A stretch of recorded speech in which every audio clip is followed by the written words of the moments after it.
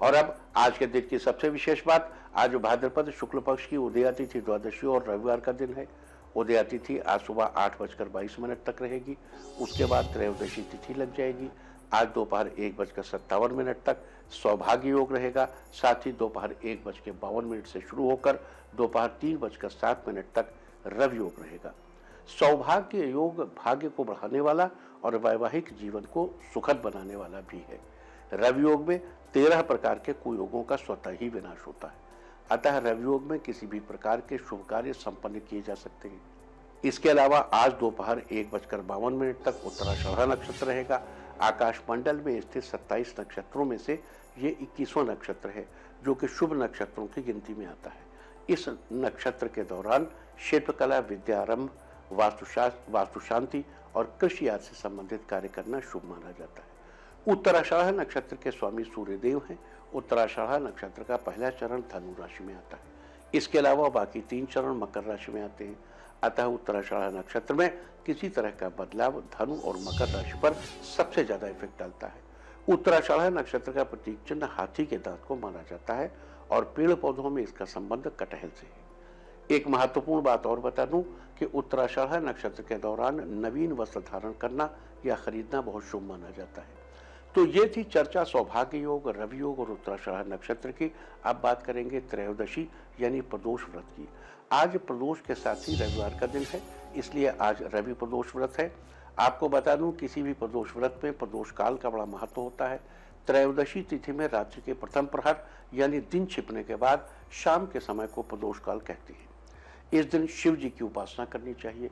इस व्रत को करने से व्रती को कर्ज और दरिद्रता से भी मुक्ति प्राप्त होती है और मोक्ष की प्राप्ति होती है। तो आज प्रदोष व्रत के दिन विशेष उपाय करने से विभिन्न राशि वालों को क्या फल प्राप्त होंगे, आज हम इसकी चर्चा करेंगे। यहाँ एक महत्वपूर्ण बात बता दूं कि आज की ग्रह नक्षत्र स्थिति के अनुसार सभी लोग ये उपाय करके लाभ उठा सकते हैं। तो आइए चर्चा शुरू करते हैं आज के दिन किए जाने वाले खास उपायों की। और सबसे पहले बात बौद्धिक क्षमता की। अगर आपके बच्चे की बौद्धिक क्षमता कमजोर है और वो कोई भी कॉम्पिटिटिव एग्जाम क्लियर नहीं कर पाता है, तो आज सुबह के समय शिव जी को पंचामृत और सफेद फूल चढ़ाइए। साथ ही चंदन की माला से 11 बार शिव जी के पंचाक्षरी मंत्र का जाप करें।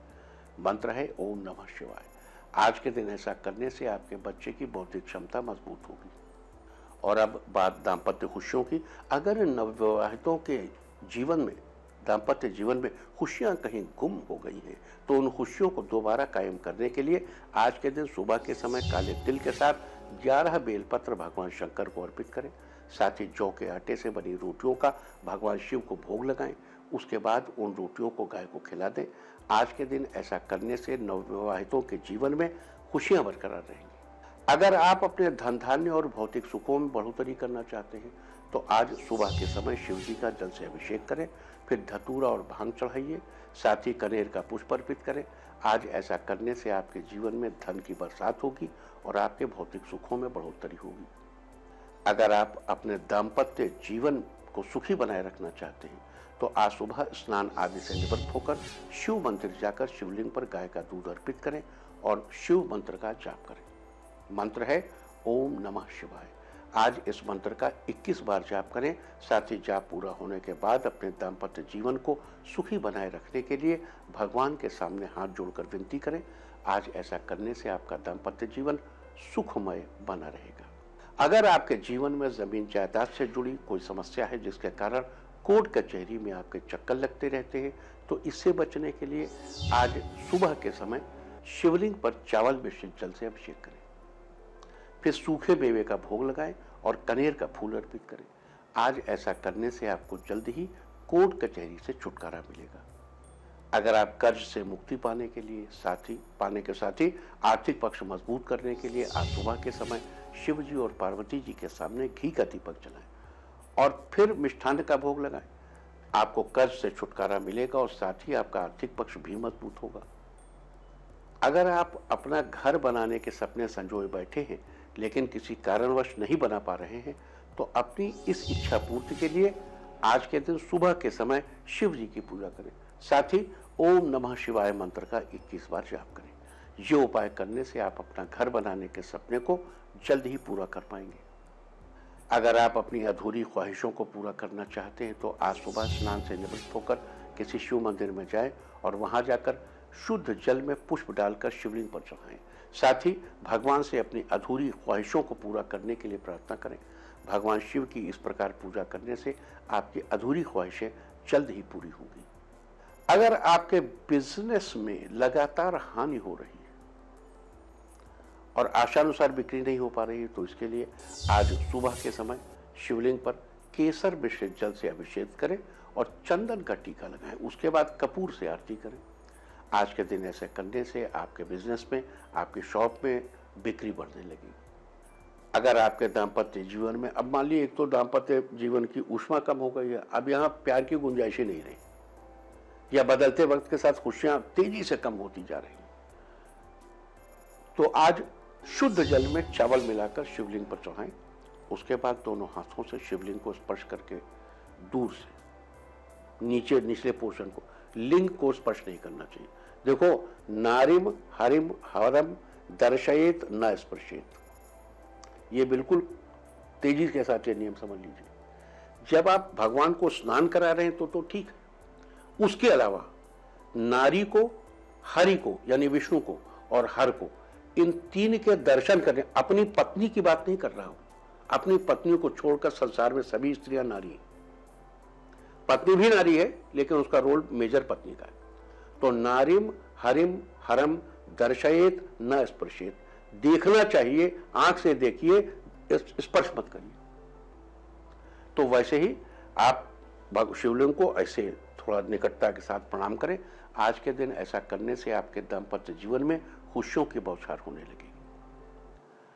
अगर आप अपने घर परिवार को दूसरों की बुरी नजर से बचाए रखना चाहते हैं तो आज सुबह स्नान के बाद शिव जी को प्रणाम करें और उनके सामने आसन बिछाकर बैठ जाएं और शिव जी के मंत्र का 11 बार जाप करें।